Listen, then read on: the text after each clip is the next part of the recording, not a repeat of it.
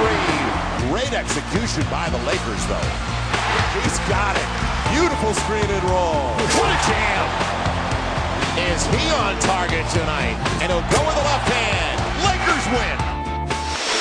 Luke Walton has quickly earned a reputation in the NBA as the consummate team player. What a pass by Luke.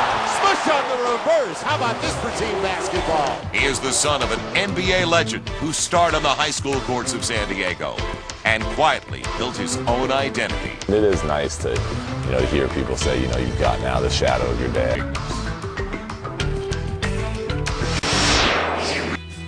It's known as America's finest city. San Diego, California is blessed with perfect year-round weather and an endless number of diversions for anyone to live a carefree life. It's not the most likely setting for a young man from a privileged upbringing to develop the gritty work ethic and relentless desire to maximize his talents. But this is where Luke Walton's story begins. His father, NBA legend Bill Walton, was completing an injury-plagued season with the San Diego Clippers in the spring of 1980. Returning home from his final game of the season, little was certain for the 7-foot center, except for the pending arrival of his son. It was actually Bill's last game of the season with the Clippers. And he comes home like at 2 in the morning. I'm like, Bill, I think I'm in labor. He's like, no, you can't be. I gotta go to sleep. And so he kind of dozed off and on. And finally, like at 7:30, I'm like, okay, you gotta really wake up now. And sure enough, within a few minutes, Luke was born. Bill and Luke went back to sleep. It was awesome. Luke Theodore Walton was born in his family's home in San Diego, California on March 28, 1980. Luke was named after Maurice Lucas, his father's former teammate from his years with the Portland Trail Blazers.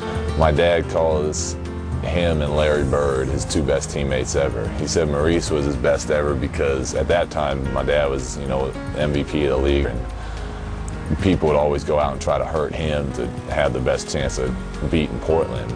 And Maurice was the guy that anytime anyone touched my dad, Maurice would come punish him.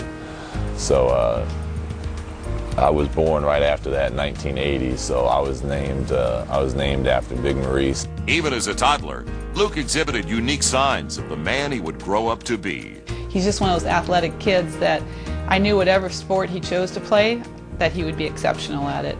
In many ways, Luke was a typical young child, idolizing his two older brothers, Adam and Nate, following them wherever they went, and eventually becoming a big brother to Chris, the fourth Walton brother, who was born 2 years after Luke.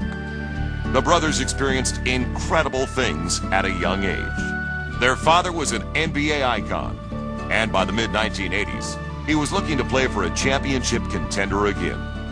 In 1985, when Luke was 5, Bill Walton was traded from the Clippers to the Boston Celtics. The experience would shape Luke's life.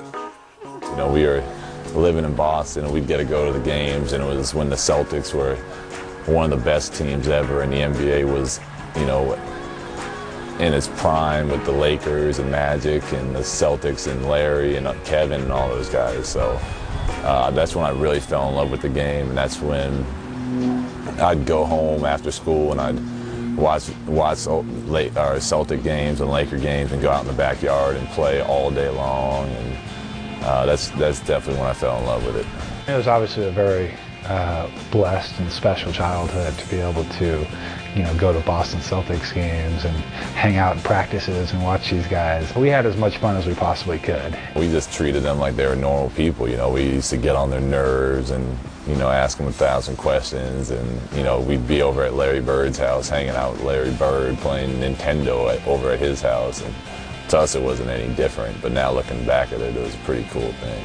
The free-spirited Walton brothers horsed around at the feet of one of the great NBA dynasties. My dad did nothing but encourage us to have more fun and make more noise. And it was funny, we went back years later to a Celtics game, and they said, hey, did you guys hear that the kids aren't allowed in the locker room anymore? And I said, why not? They said, because of you guys. You guys caused such a havoc around here that we never let the kids come back in here. People always said that, oh no, not the Walton kids, they're not coming over again, are they? It was fun growing up like that because you got to meet all the players when you were young, and so I mean, it was basketball from an early age. In the 1985-86 season, Bill Walton's career was revitalized. He won the NBA's Sixth Man Award, and the Celtics won their third championship of the decade. But it was Bill's teammate, Larry Bird, who captured young Luke's imagination. Bird was the league MVP that year, and his feats made a lasting impression on Luke.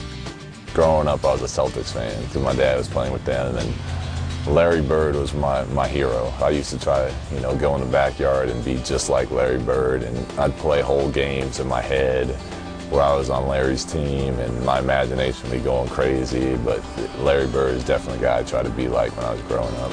This kid, when he was 6 years old, he was telling me he was going to be a Celtic. He just had, once he got to go to Boston, he goes, I want to be a Celtic. But he always talked about playing in the NBA. He said, I want to be like Larry Bird, and he just, you could tell by what he said, it was in him, like from the get-go. Luke dreamed of growing up and playing on the parquet floor of the legendary Boston Garden. But on his 7th birthday, an omen of his future arrived. Fans, the Lakers have no timeouts left. They're